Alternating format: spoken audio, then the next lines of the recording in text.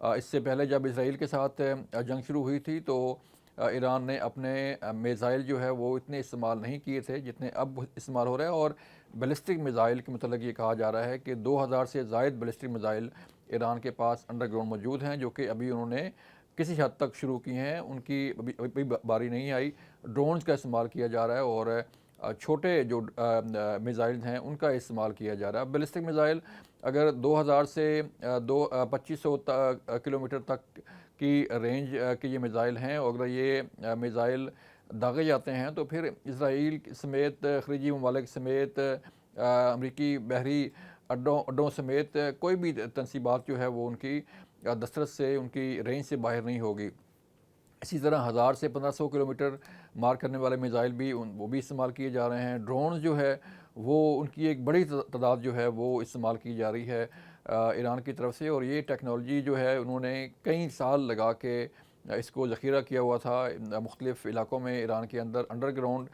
جن کے متعلق جو ہے وہ ابھی تک کسی کو پتہ نہیں ہے کہ کہاں کہاں یہ ڈرونز اور میزائل موجود ہیں اور ان کی تعداد جو ہے وہ کتنی ہے۔ اب صورتحال یہ بننے جا رہی ہے کہ امریکہ بار بار یہ پھر تنبیہ کر رہا ہے کہ ایران بیٹھے مذاکرات کرے اور ہم بات چیت کے ذریعے معاملات حل کرتے ہیں، لیکن ایران جو ہے وہ نہیں بیٹھا۔ اس کی وجہ یہ ہے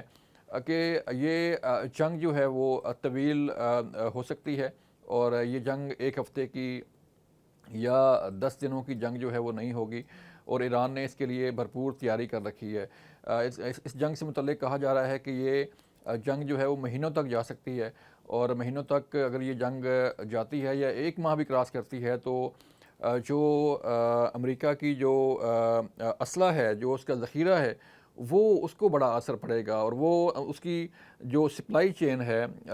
لائک جو بحری بیڑا کھڑا ہے سمندر میں، اس کو اسلحہ سپلائی کرنے کے لیے جو ایک میکنزم ہے وہ بھی فیل ہوتا ہوا نظر آ رہا ہے کہ اتنی آسانی کے ساتھ، اتنی جلدی جو ہے وہ اتنی تعداد میں وہاں پہ اسلحہ بحری بیڑا تک نہیں پہنچایا جا سکتا، اور نہ ہی اسے جو ہے وہ ریفل آپ کہہ لیں کہ اسے کر کے تو دوبارہ سے جو ہے اس کو استعمال کریں۔ تو یہ چیزیں اتنی آسان نہیں ہیں۔ امریکہ کے اندر سے بھی پریشر آنا شروع ہو گیا ہے، امریکی عوام جو ہے وہ اس پہ بات کرنا شروع ہو گئی ہے کہ اس جنگ کو شروع کیوں کیا گیا۔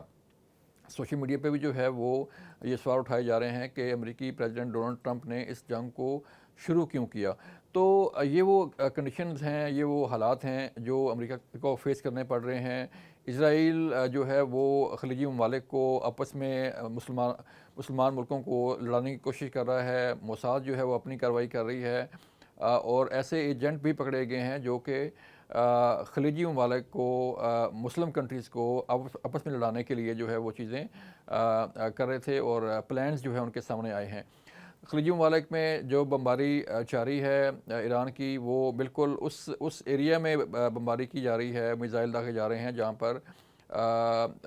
امریکی انسٹالیشنز ہیں، امریکی کونسل خانے ہیں، امریکی سفارت خانے ہیں، اور امریکی بیسز کو جو ہے وہ نشانہ بنایا جا رہا ہے۔ گو اس جنگ میں جو ہے وہ پاکستان اپنا ایک اہم رول پلے کر رہا ہے، اور پاکستان ڈپلومیسی کے ذریعے سفارتی تعلقات کو استعمال کرتے ہوئے اس جنگ کو رکوانے کی کوشش کر رہا ہے، اور اسپیشلی ایران کے ساتھ جو ایک پاکستان نے ایک ریکویسٹ کی تھی کہ چونکہ سعودی عرب کے ساتھ ان کا ایک پیٹ ایگریمنٹ ہے، ڈیفنس ایگریمنٹ ہے، تو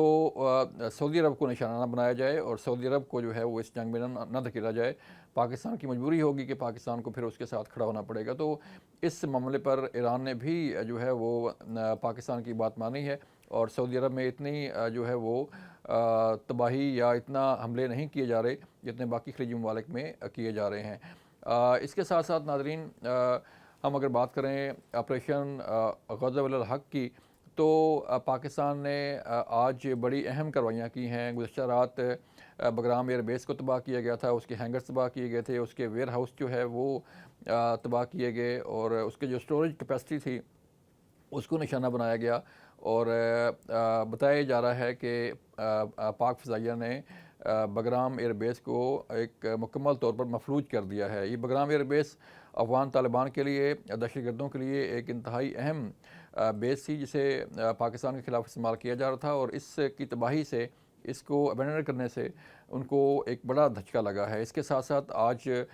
چمن بارڈر پہ کوشش کی گئی افغانستان کی طرف سے کہ ایک تشکیل بھیجی گئی اس کا مقصد پاکستان کے اندر داخل ہو کر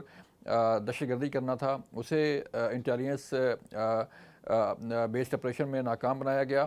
چونکہ ہماری افواج جو ہے وہ بارڈر پہ بالکل الرٹ ہیں اور صورتحال کو مانیٹر کر رہے ہیں۔ تو یہ تشکیل بھی جب سامنے آئی تو اسے بھی انہیں بھی روکا گیا اور اسے ان دہشت گردوں کو جہنم واصل کیا گیا۔ ایک دہشت گرد جو ہے موقع پہ جہنم واصل ہوا اور 3 دہشت گرد جو ہے فرار ہوتے ہوئے وہ زخمی ہوئے، انہیں زندہ گرفتار کر لیا گیا ہے۔ دوسری بڑی کارروائی کی گئی اس آپریشن کے تحت آج ترکھم بارڈر میں، وہاں بھی جو ہے وہ ایک تشکیل ایک انفلٹریشن جو ہے وہ کرنے کی کوشش کی گئی، دراندازی کی کوشش کی گئی، اسے پاکستانی فوج نے ناکام بنایا ہے اور ایک اہم کمانڈر جو ہے وہ بھی وہاں پہ مارا گیا ہے۔ کئی لوگ جو ہے وہاں پہ زخمی کیے گئے ہیں، دہشت گردوں کو زخمی کیا گیا ہے۔ تو اس طرح کی کارروائیاں جو ہے وہ پاکستان کی طرف سے جاری ہیں۔ بھاری نقصان کا سامنا کرنا پڑ رہا ہے افغان طالبان کو، اور سیکورٹی ذرائع پاکستانی حکومت یہ کہتی ہے کہ یہ آپریشن غضب الحق جو ہے اس وقت تک جاری رہے گا جب تک پاکستان کو اپنے مطلوبہ نتائج حاصل نہیں ہو جاتے، جب تک دہشت گردوں کی جو ہے وہ سیف ہیونز کو تباہ نہیں مکمل کیا جاتا اس وقت تک، اور ایک میننگ فل بات چیت اگر نہیں ہوتی، اگر افغان طالبان اپنی ذمہ داری پوری نہیں کرتے تو اس وقت تک یہ جنگ جو ہے یہ آپریشن جاری رہے گا۔ یہ تھی آج کی صورتحال۔ اپنا خیال رکھیے گا۔ اللہ حافظ۔